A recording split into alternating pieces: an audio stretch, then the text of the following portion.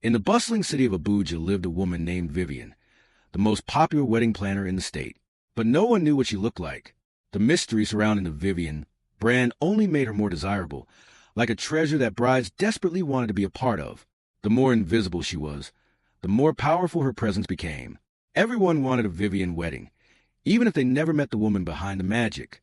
She was known as a master planner, and people booked her months, even years, in advance. They were willing to pay enormous sums just to secure a date with her. No complaints, no negotiations. They simply wanted Vivian to plan their wedding, and they were ready to pay anything to make it happen. Vivian stood out from other planners. Her creativity was unmatched, and her aesthetic choices were breathtaking. The vendors she worked with were the best in the business. To many brides-to-be, she wasn't just a planner. She was a dream come true, the woman who would make their special day flawless. However, behind all the glitz and glamour, Vivian was hiding something dark, something that made all the couples who had ever used her services tremble in terror. Vivian was a perfectionist. She made sure that her clients received the wedding of their dreams, but she also had a strict rule. Her clients had no option but to accept her decisions. Vivian never met her clients face-to-face, never spoke to them on the phone, and never allowed them direct access to her. All communication had to go through her representative, Mr. Jack. No one knew for sure what Vivian looked like, and the mystery surrounding her only made her more intriguing. All that mattered to people was having a Vivian wedding. Every wedding she planned went viral, and people basked in the publicity it brought them. One day, a young woman named Hazel reached out to Vivian's office to book her for her upcoming wedding. Hazel, a rising media personality, smart, classy, and loved by the public, had just gotten engaged, and her fans were buzzing about what her wedding would look like. Naturally, she wanted the best, and to her, the best meant Vivian, the wedding master planner. As usual, Hazel did not speak directly to Vivian. All communication was handled by Mr. Jack, who was firm, formal, and strict. He sent Hazel a contract with clear instructions written in red, stating that Hazel was not allowed to speak to or meet the planner at any time. All decisions were final, as Vivian did not tolerate any interference. Hazel hesitated at first, but her friends convinced her that Vivian was worth it. Reluctantly, Hazel signed the contract, and the planning began in earnest. Things moved like magic, and Hazel could not contain her excitement. The decor plans were flawless, and the sample photos dazzled her. The vendor list for her wedding looked like something from a luxury magazine, and Hazel and her groom were so impressed. However, the idea of not knowing the planner didn't sit right with Hazel's mother, who told her, "No bride should hand over her wedding to a ghost. My daughter, your wedding is such a special and delicate event. Why would a woman as powerful as Vivian refuse to be seen in public?" Hazel laughed it off, knowing how spiritual her mother could be. She tried to convince her mother not to worry, saying, "It's just branding, Mom. Everyone is going digital. Face or no face. This woman knows what she's doing, and she's proven herself capable of handling the wedding." But Hazel's mother couldn't shake the unease growing in her heart. Her instincts were usually right, and over the years, she had learned never to ignore them. Without telling Hazel, she decided to pay Vivian a visit. She arrived at Vivian's office and met Mr. Jack, who informed her that Vivian was not open to receiving public visits. Hazel's mother tried to force her way in, but Mr. Jack called security, and she was quickly escorted out. Worried, Hazel's mother returned home, unsettled by the experience. Could her instincts be right? As she sat there, still shaken, Hazel walked in, excited to tell her that her fiancé, Richard, had just bought her a car. Hazel was overjoyed, but her mother's face remained grim. "You need to tell the wedding planner to stop," she said. Hazel frowned, telling her mother not to give herself high blood pressure over nothing. "You're worried for nothing, Mama," she said. "I've heard nothing but good things about Vivian. All the couples she's planned weddings for are still happily married. No one's even divorced. Relax, Mama. Enjoy the process with me. That's all I want you to do." Her mother remained silent, her fingers clutching her wrapper, her eyes darting toward the window. "My daughter, have you checked on any of them lately?" she asked. Hazel responded, "Vivian planned Tonia's wedding 9 years ago. In fact, Tonia recommended her to me, saying Vivian was the best. And Tonia is still happily married with 2 beautiful children." Hazel's mother still couldn't shake her unease, but she tried to reassure herself. As the wedding day drew closer, nothing unusual seemed to happen. Hazel's mother forced herself to believe everything would be fine. Still, A part of her couldn't help but worry that something was terribly wrong. The day of the wedding finally arrived, and everything was perfect. The hall sparkled, like something out of a movie. Celebrities walked the red carpet, and influencers posted photos, tagging Hazel's wedding as the wedding of the decade. Every major wedding blog and magazine in the country featured the wedding on their cover pages. Social media buzzed for days with photos of Hazel and her husband, Richard, in their luxury outfits. Hazel glowed beside her husband as the world watched in admiration. Hazel's mother couldn't help but smile, seeing that her daughter finally had her dream wedding. She stood by the couple, her hands lifted in silent prayer, hoping that her fears had only been her thoughts playing tricks on her. Months passed, and everything seemed fine. Hazel was living happily with her husband, Richard. She hadn't yet conceived, but that wasn't a concern. Hazel had planned to wait a year before trying for a baby. She wanted to bond with her husband before starting a family. Her mother, now at ease, watched how deeply Hazel and Richard were in love. The laughter, warmth, and peace reassured her that everything was going well. She couldn't understand why she had been so worried in the first place. She brushed off her fears, thinking they were just natural anxieties a mother feels when giving her child away in marriage. But months later, something strange happened. Hazel's colleague, Tonia, was found dead with her husband in their home.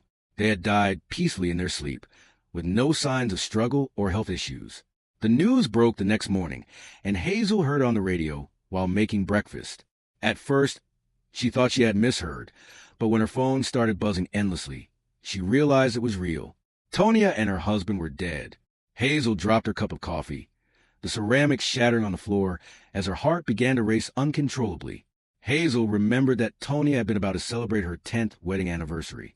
They had talked about it several times in the office, and Hazel was sure it was soon. She rushed to Tonia's social media profile and saw that today was her anniversary. Tonia had gotten married exactly 10 years ago, and now she was dead, along with her husband.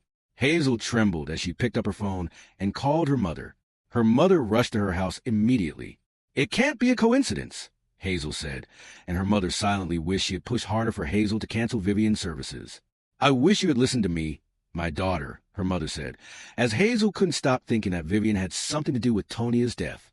She pulled out her phone and began searching for all the weddings Vivian had planned in the past. Several couples were still alive and happy, but Hazel came across a few who had also died mysteriously. One couple drowned on their 10th wedding anniversary vacation in the Maldives, and another died in a mysterious house fire on their 10th anniversary. Both couples were trapped inside their homes as everything burned to the ground. Hazel's hands shook as she scrolled through the articles, her eyes filling with tears. Her mind raced. Every couple she checked had one thing in common. They had all died on their 10th wedding anniversary. A cold chill ran through Hazel's spine. She turned to her mother, who was now on her knees, praying, her voice trembling as she muttered Psalm 91 under her breath. "Mom," Hazel said, her voice low and shaking.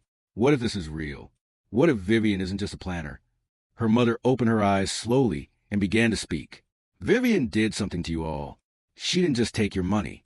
She took something from you and every couple she planned a wedding for. If you don't act fast, something evil might happen." Hazel trembled, becoming obsessed with finding the truth. Her husband, Richard, started to feel like she was overreacting. "Don't you think this might just be a coincidence?" Richard asked. One night, when he came home to find her sitting behind her laptop, absorbed in news articles, blog posts, and online forums, cross-checking names and dates of every couple Vivian had ever planned a wedding for. Hazel looked up at Richard, her eyes filled with worry. "Coincidence?" she repeated, her voice tight with frustration. "Richard, I found 6 couples. 6.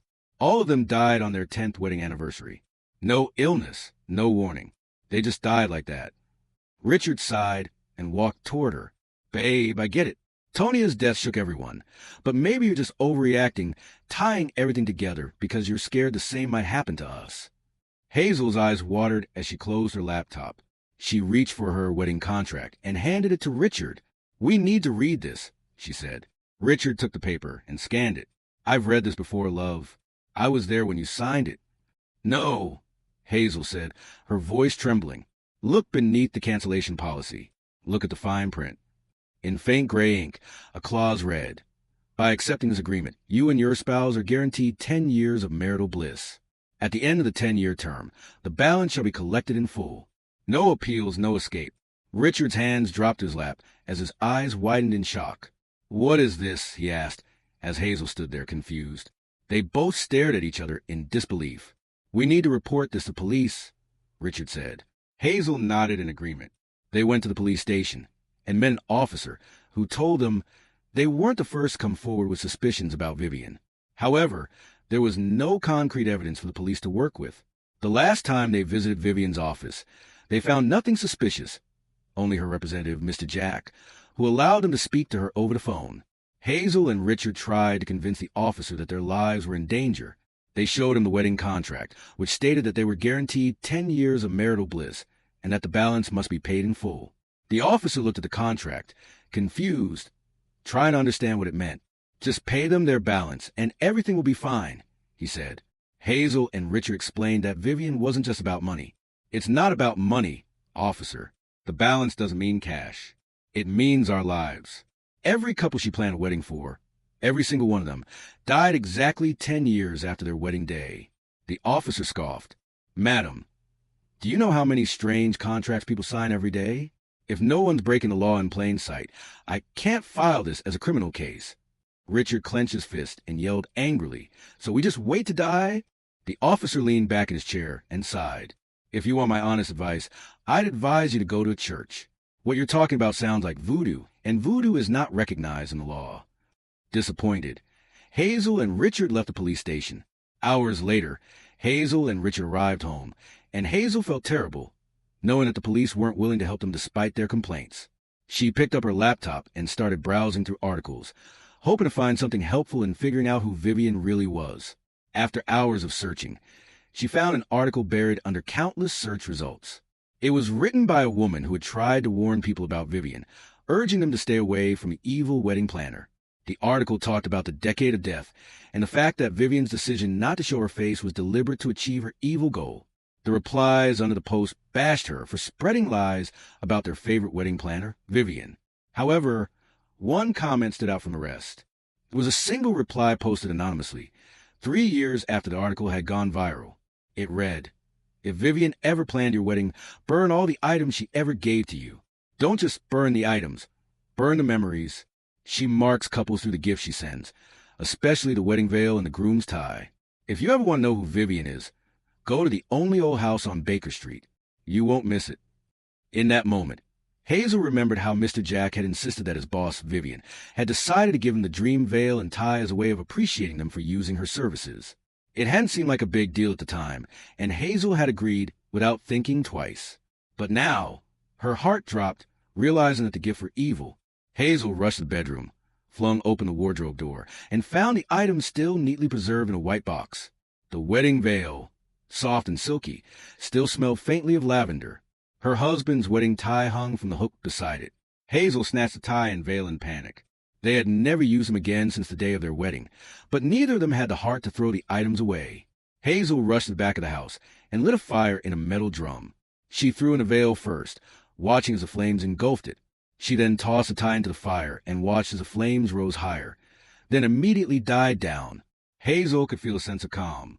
She wasn't sure if it worked, but one thing she was sure was that the evil items were no longer in their possession.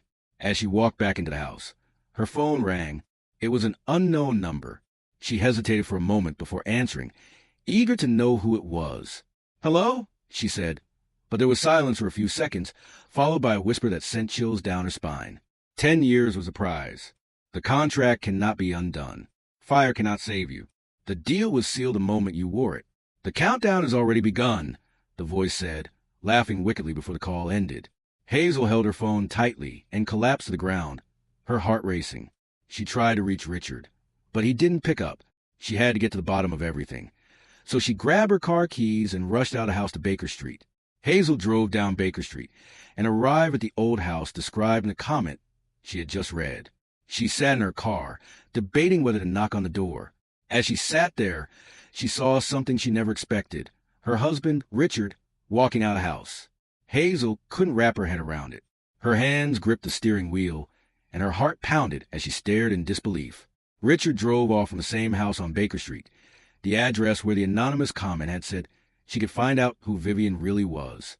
Hazel's mind raced with questions. What was Richard doing there? Did he know about Vivian? Was he part of this? Hazel took a deep breath and stepped out of the car. She couldn't turn back now, not after what she had just seen. She approached the door and knocked, but no one answered. She knocked again, harder this time, and the door creaked open. Hazel walked inside the old house and met a woman who stood behind the door, smiling.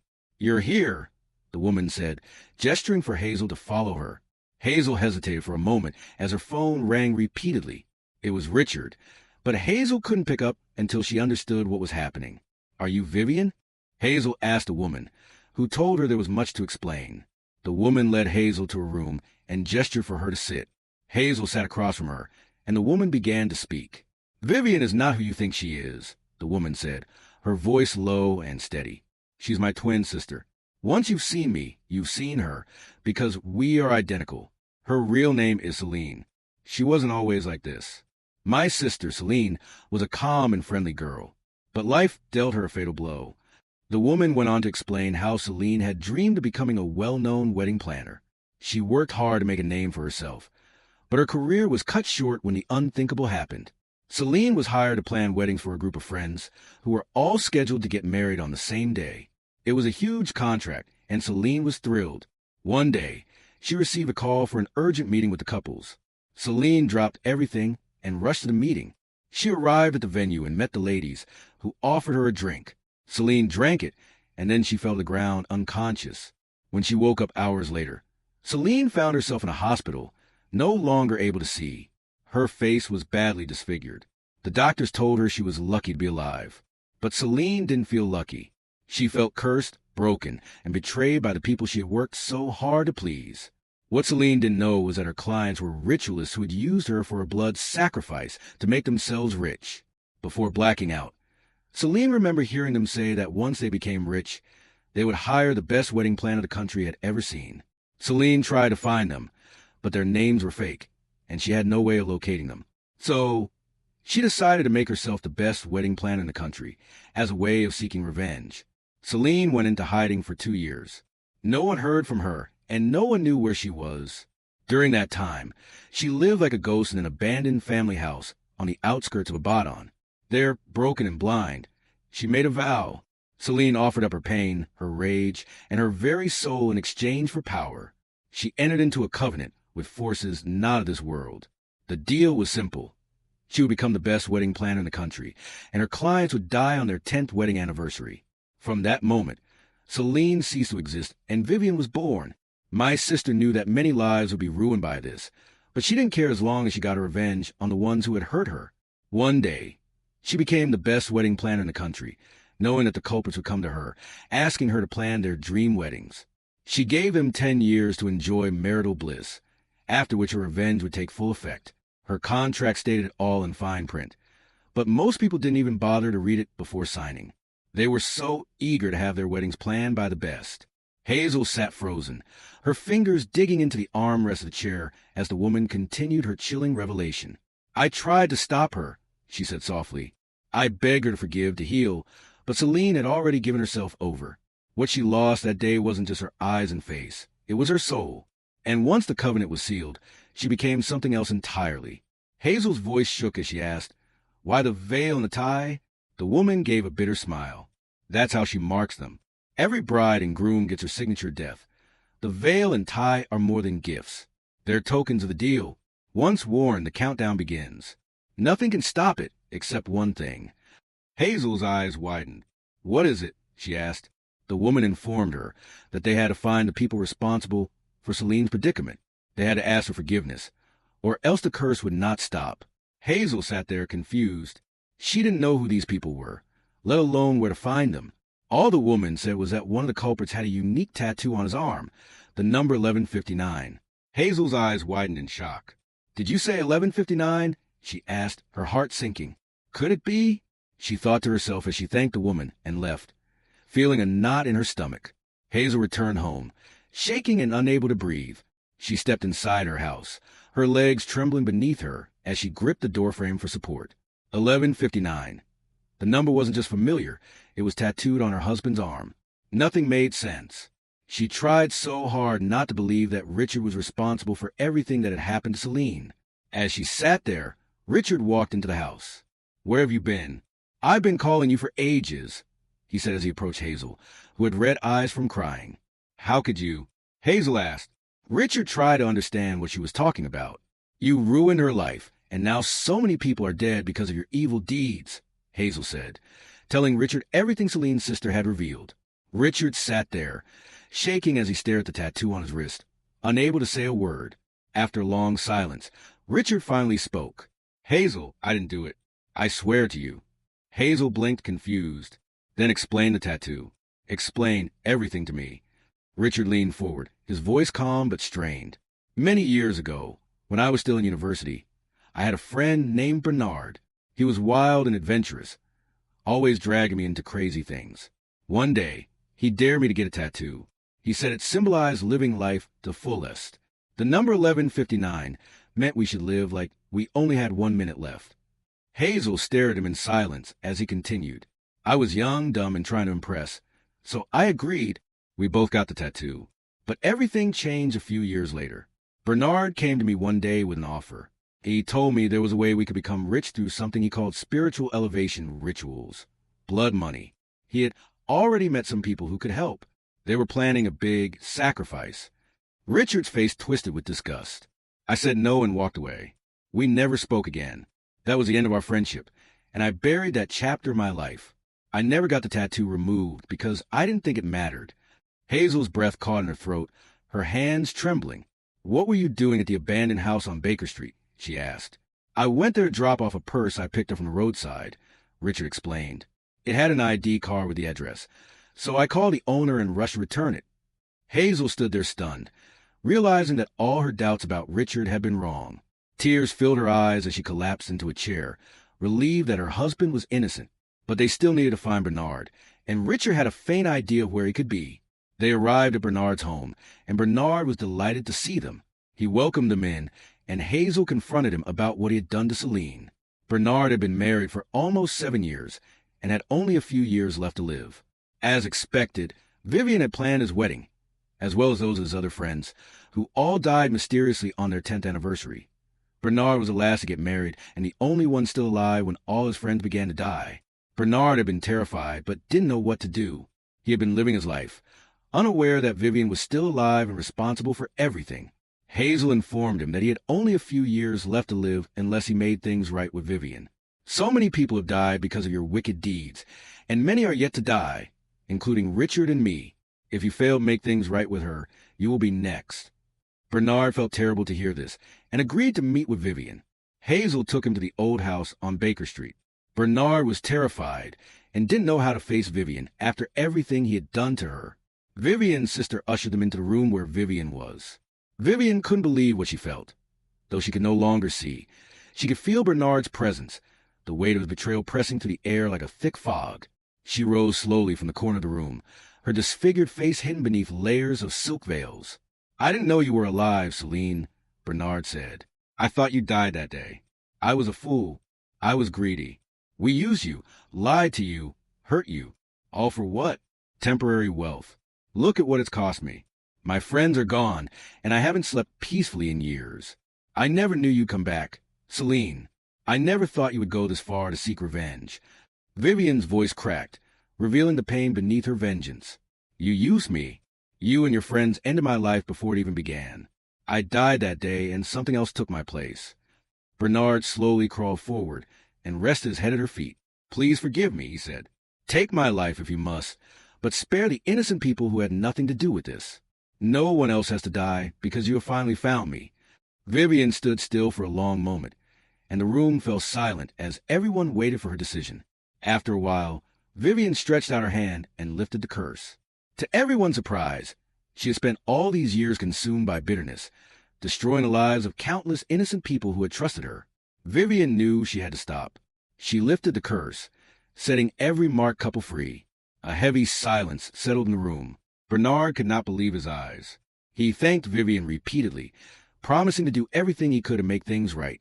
Hazel and Richard were relieved to know the curse had finally been lifted. Vivian's sister rushed forward to hug her, and for the first time in years, Vivian spoke to her sister with kindness. She whispered to her, thanking her for never giving up on her. Tears streamed down her sister's face as she embraced Vivian tightly. I just wanted my sister back, she sobbed gently. The bitterness was gone. Hazel was so grateful for how things turned out. She had learned her lesson, never to ignore her mother's warnings again. Moral of the story: we should never disregard our instincts or ignore the warnings of those who genuinely care about us. Getting caught up in appearances and glamour can lead to serious consequences, especially when we fail to look deeper. Holding on to past pain and seeking revenge only causes more harm than good. The story also teaches us the importance of paying attention to every detail before making life-altering decisions. Ultimately, true healing begins when we face the truth and have the courage to uncover evil, no matter how deeply it's hidden. Thank you for watching. I hope you enjoyed the story and found the message meaningful. Your time and attention are greatly appreciated, and I look forward to sharing more with you in the future. Stay tuned for more stories, insights, and lessons to come. Don't forget to like, comment, and share.